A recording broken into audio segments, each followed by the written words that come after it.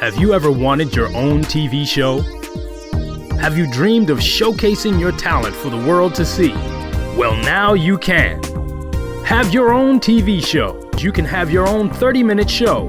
Not only will you be seen in the Detroit area, but you can be viewed worldwide.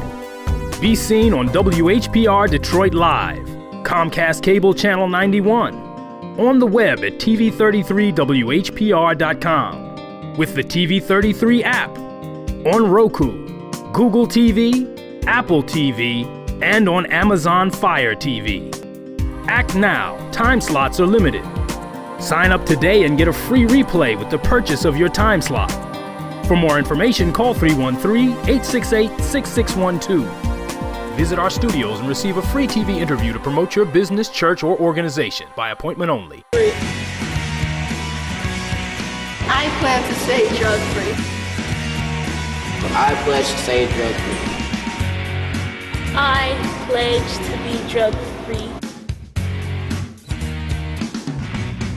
I pledge to stay drug-free.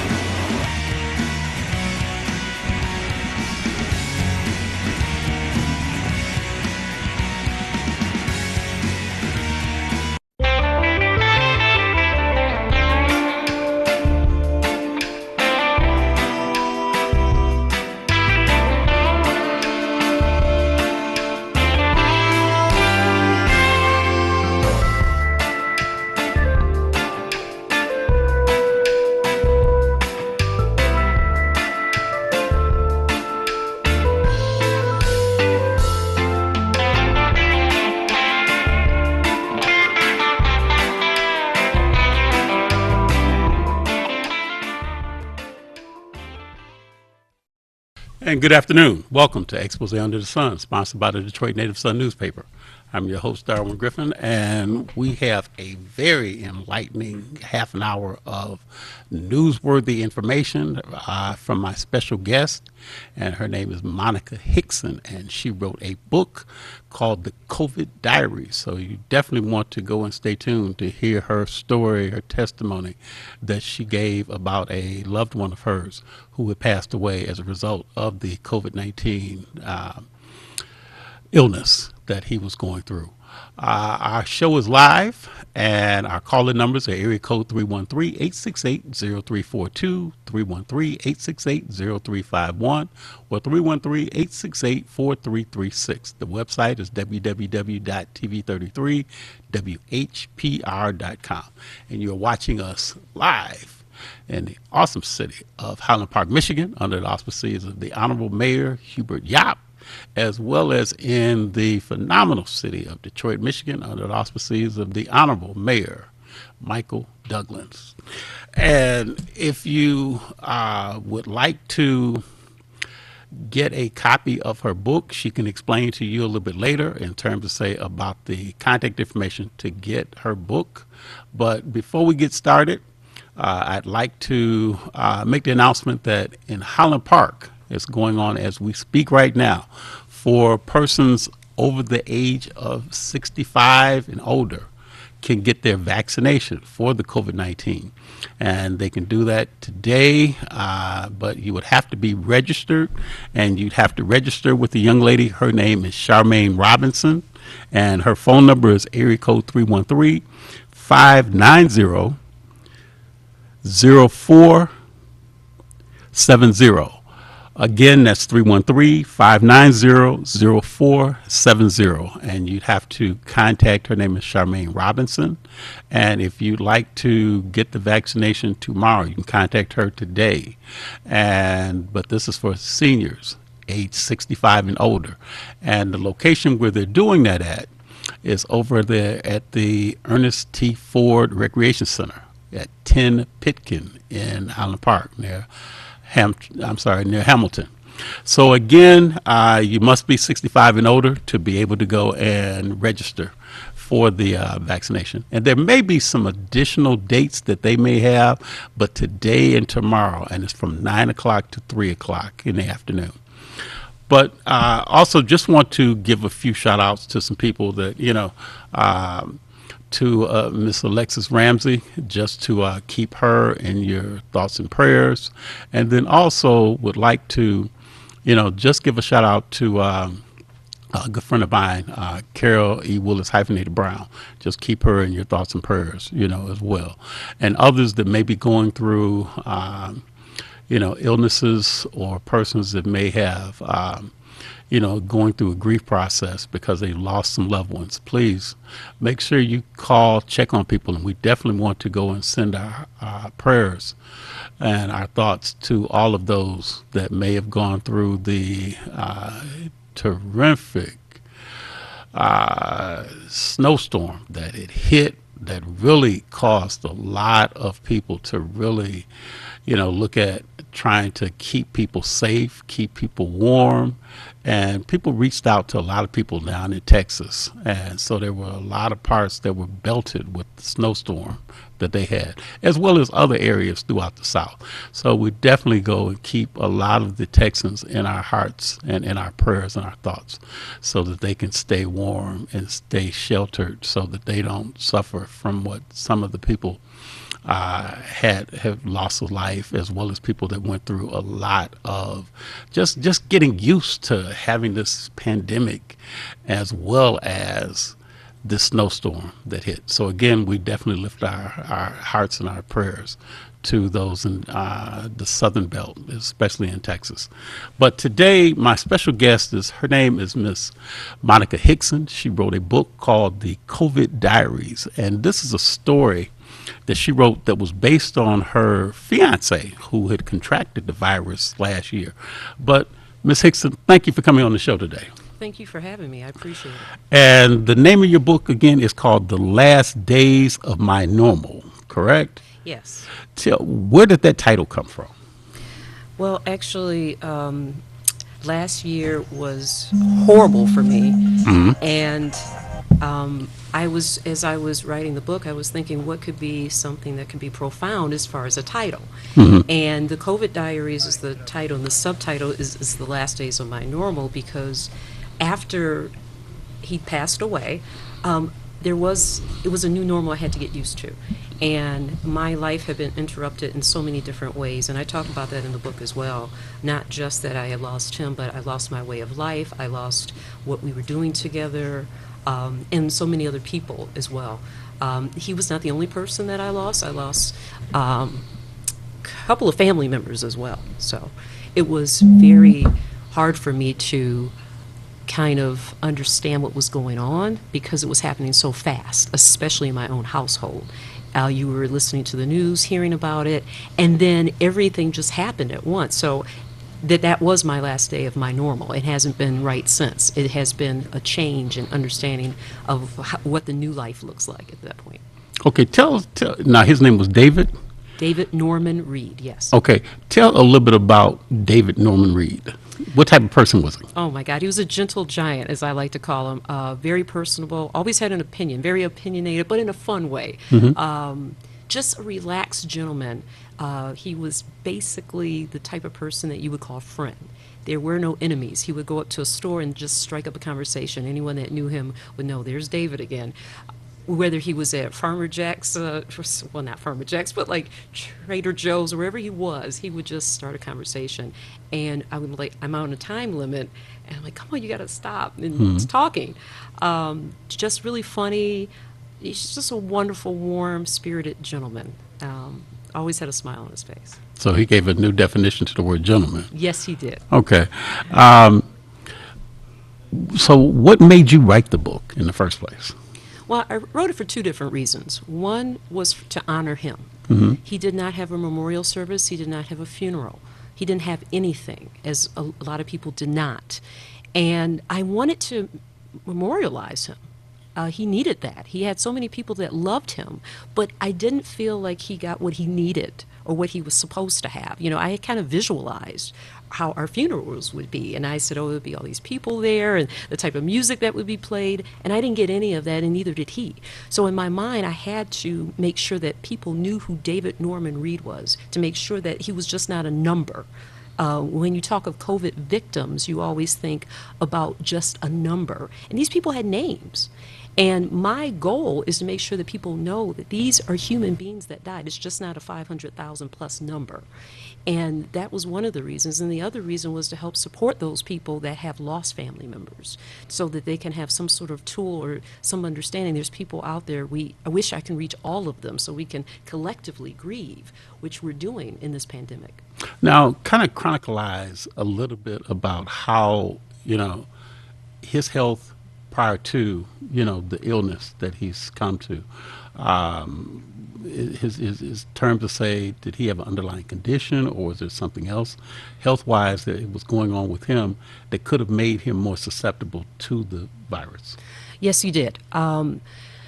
Most of them I knew, but some of them I did not know. He was overweight, he had diabetes, he had high blood pressure. But once he was in the hospital, I found a piece of paper that actually said that he had kidney disease as well, which I did not know about that. He kept that from me.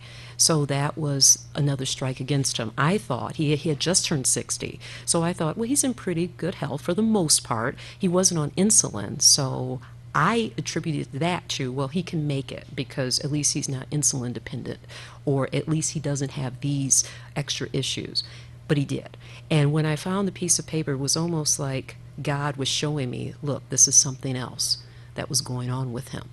And the kidney disease, he was on dialysis the entire time he was in the hospital, the entire time. And I couldn't understand why until I saw that piece of paper at home when I was about to throw it away. And I looked at it and I'm like, kidney disease, where's, So it was almost as if God was saying that there's another reason. If I take him, you'll understand, almost like an understanding of what was going on. So what made, in terms of say, so the first symptoms that he was going through was what?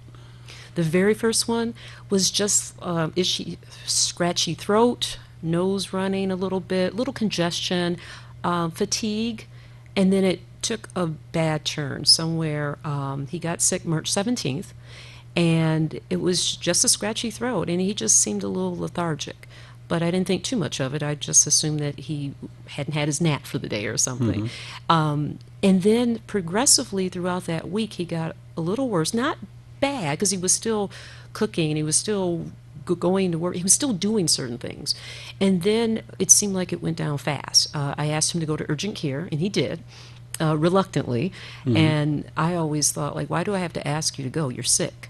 And even after he came home from urgent care, he wanted to go to Target. So he wanted to continue on. And then that very next week is when it got progressively worse with the shortness of breath, being able, a temperature out of this world. I didn't know a temperature can go past 104. It was horrible. And within about a week and a half, he ended up back. I asked him, begged him, please go back to the hospital. And he didn't want to, but he did. And so primarily then, when he went back, what were the doctors saying when he went back into the hospital again? What were they telling you about him? Well, what happened, the day that I took him, he could barely breathe. So I dropped him off at the sidewalk. During the early days of COVID, you couldn't go into the hospital. Right. And not even to register your family member. We're used to doing that. So I dropped him off at the curb, which is a very uncomfortable feeling, not knowing what's going to happen to your loved one, not understanding, are the doctors going to really take care of them? What's going to happen? Can I advocate for him? Can I go back in and make sure that everything is handled or whatever needed to be done? And I couldn't. So I had to wait a good 8 hours before I heard anything. And by that time, when they did call me, they said he had already been put on a ventilator. And I was mortified because I didn't authorize that. And they said they had a conversation with him and he knew that that was going to happen and what some of the challenges would be and that he may not make it off of the ventilator. And they told him They said that to him in the hospital? Apparently that's what they told me. And I was crushed. I was devastated because I'm like, why? So I lost faith in some of his treatment team, to be honest with you. I wasn't really sure what was going on. I didn't hear from him, nothing. So I dropped him off at the corner, never to see or hear from him again. So when he was in the hospital, that was it? That's the last interaction that you had with him? When I dropped him off, yes. Until he had made his transition? Yes. And how long had he been in the hospital for before he made his transition? 21 days. So I did not, when I literally dropped him off at the curb, and they told me, you can wait in the car if you live close. If not, we suggest you go home. I'm thinking, oh, I'm just going to go park the car anyway and go in, because I know I was in shock. Because I'm like, oh, I'm going to go in. This is like normal protocol. But there was no normal protocol at that time. And I was just left to see the back of his head as he's going wheeled into the hospital through, doors, and that was it. And I think shock kicked in, because I'm like, wait a minute, I can't go, but I'll see him tonight, or I'll see him later. I didn't realize I would never see him again. If had I known that, I would have handled things a lot differently. I probably would have just gone through the door anyway and said, you're going to have to kick me out of here. I did not realize it was going to be 21 days, and then he was going to make a transition. I want to ask you, what hospital was he at? St. Joe's in Ypsilanti. Okay. And then the other thing, too, is that what were you thinking in terms of, say, what was the recourse that you could have done while you were waiting to get a chance to see him while he was in the hospital? I mean, were you doing research, investigating? I mean, were you pounding on somebody's door saying, hey, I need to see him. What do I need to do? If I need to sign some paperwork, because I know everybody was going through a lot, because some people were only able to see people through a glass window or a partition or something like that. But what were some of the things that you were doing, trying to get an opportunity to go and see him and and his family and your family? What were they doing? Well, his family is not here. There's only a limited few people, and they're in California. So Okay. My son and I are his family. Okay. And there was nothing that we could do except pray. My son actually laughed at me because I came home and I cleaned the house. I was cleaning, like vacuuming the stairs, some odd chore. And I realize now I was just trying to process. I was cleaning out the garage. I was just trying to clean any and everything to prepare for his coming home. I did not have any doubt at that moment when I dropped him off that he wouldn't come home. I just figured it would be maybe a couple days, or maybe even a week, maybe a month at best. But I always knew he was coming home. And when he didn't, that's where my life fell apart. So when you say fell apart, what do you mean? So I was working full-time at a university, and once he got sick, I decided I needed to take some time off to take care of him. And what I mean by that is, he had the fever, so I had to put ice packs on him, to make him hot toddy or tea or whatever, just to kind of be there with him. And then once he passed away, I went back to work, which I think was not something I should have done right away. And I had to deal with a lot, because one thing I explain in the book is that you can't get over something we're still going through. I mean, you can't transition. You can't, put a bow on it and say, okay, he passed away, we bury him, and that's it.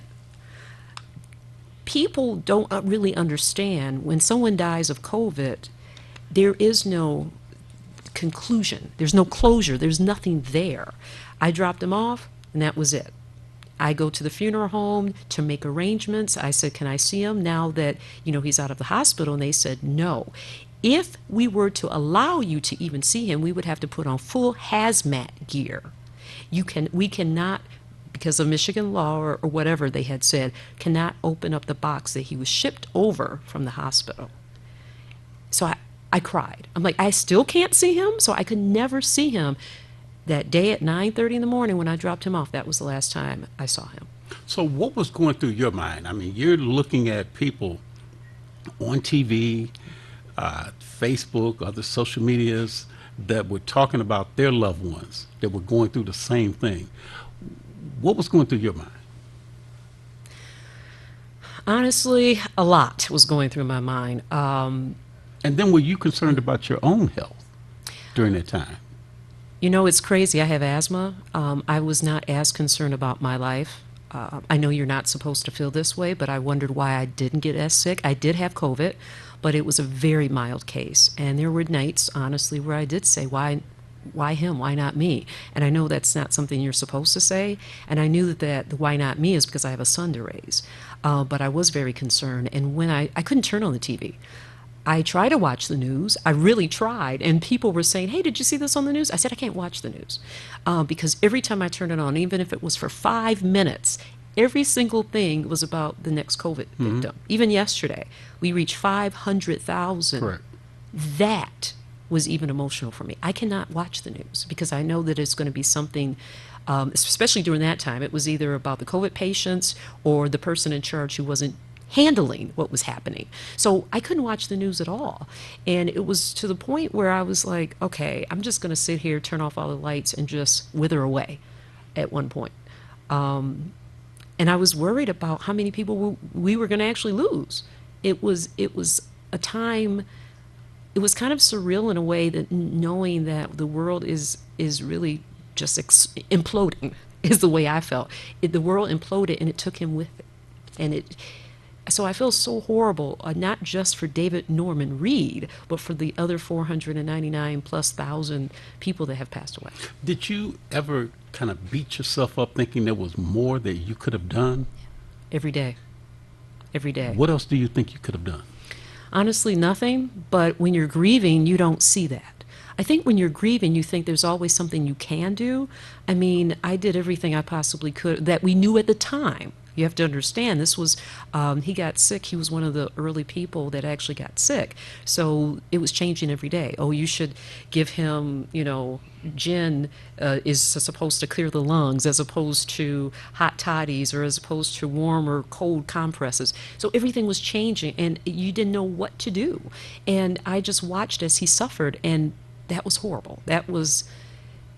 I don't wish that on my worst enemy, because you can't do anything. You can pray, you can get down on your knees, you can do anything, but at the end of the day, you were hearing some of those reports, and most of them were negative. Most people were dying. Every now and then you would hear the person that was in the hospital for 21 days that came home, and a little jealousy even, I have to admit, even set in. I'm like, how come David couldn't come home? So your book is pretty much like a diary. Yes. Talking about what happened before he got sick, after he got sick, and then life after David. Yeah. How is life after David now? Life after David. I didn't think there would be a life after David. The sun never really was as bright after he passed away.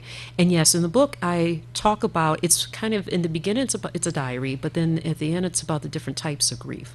We always talk about the stages of grief, but there's also types of grief, and I incorporated the types of grief as it relates to COVID, because that's different than regular grief. People don't understand that, again, and the one thing I want to be able to get across is that when a normal situation happens, you can bury the person. You can have people come over and console you. You can have a family members saying it's going to be okay. Mm-hmm. COVID, you couldn't do that. So, but to go back to your original question, life after David is empty. Thank goodness for my son. He did go off to college in August, and I was alone. So I went from being an empty nester and what I like to say a widow to just being alone. And it was many dark days. And I described that in the book of how dark they did get. But at one point, just something in me said, you have to keep going on. And I believe that something was David and God combined saying, you have to go on. And I've always wanted to write a book. And it took, unfortunately, his death for me to do this. Now, how did his family find out about his passing? Well, he doesn't have a lot of family. And the couple people, I called them and I told them. And they couldn't come because they were in California. And so, again, it was just my son and I, and that was it. And he has a lot of friends in what we like to call the house community. We love house music. There's the ballroom community and there's the house community. So he has a lot of friends there, but that was it. So his family found out via phone and never was able to come. So I know we've got a few minutes left. How do you think that he contracted it? I mean, I know you mentioned about the house as well as the ballroom. Yeah. There were a lot of people that, felt like they had contracted it due to, some of their activities prior to, the virus really coming into a pandemic stage. But how do you think that he may have contracted it? Do you think it was through maybe some of his activities, dancing, things like that, before the, pandemic really kind of went full scale?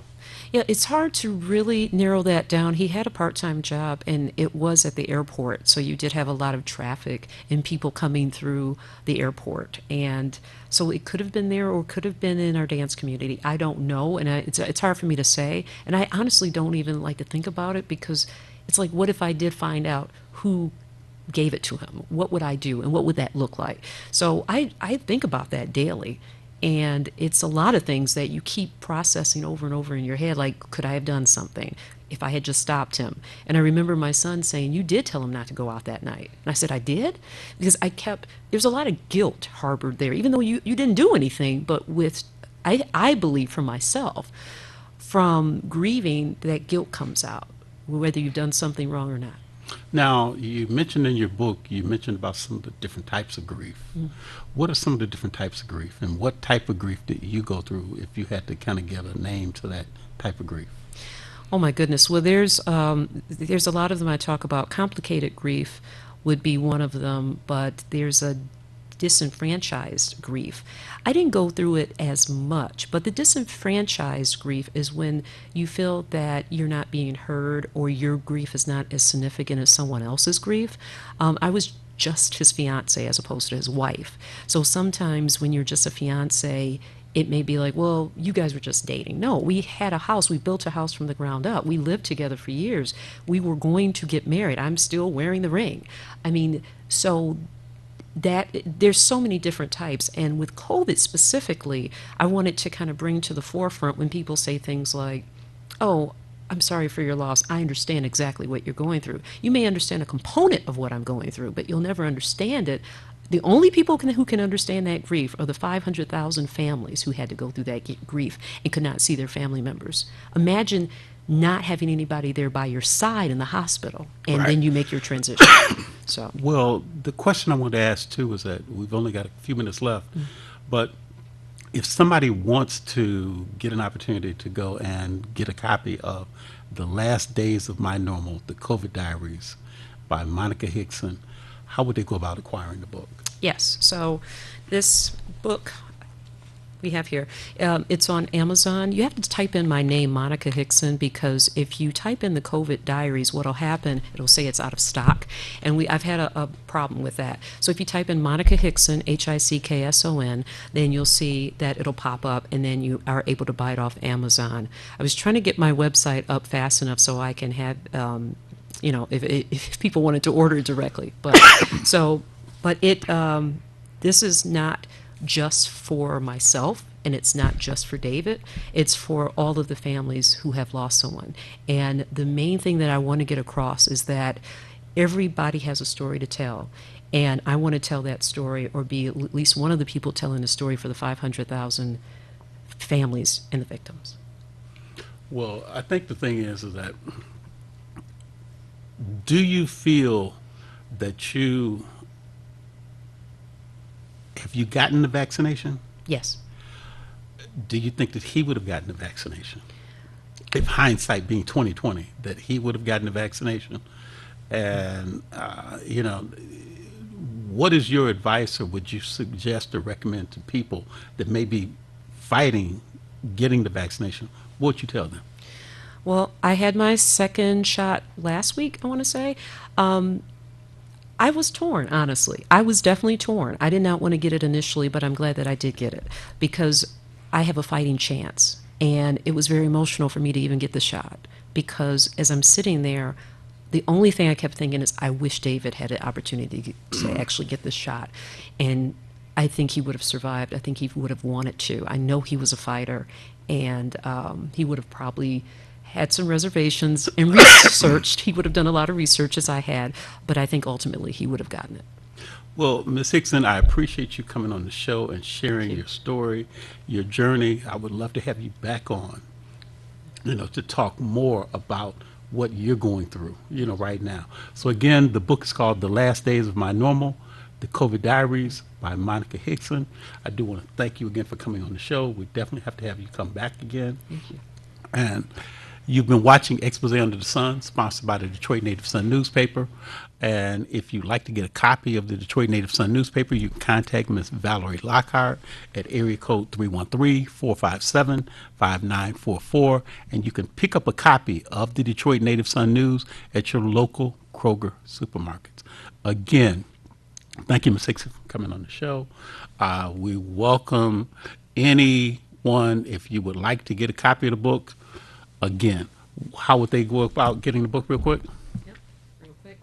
Amazon.com, type in Monica Hickson, because if you type it in the other way, it'll say it's out of stock. Okay. And if you like me to, I could probably leave a few copies here at the station as well. That would be So great. that'd be good. So this is it, the COVID Diaries. Okay. All right. Well, thank you again. Have a great and safe and peaceful rest of the week.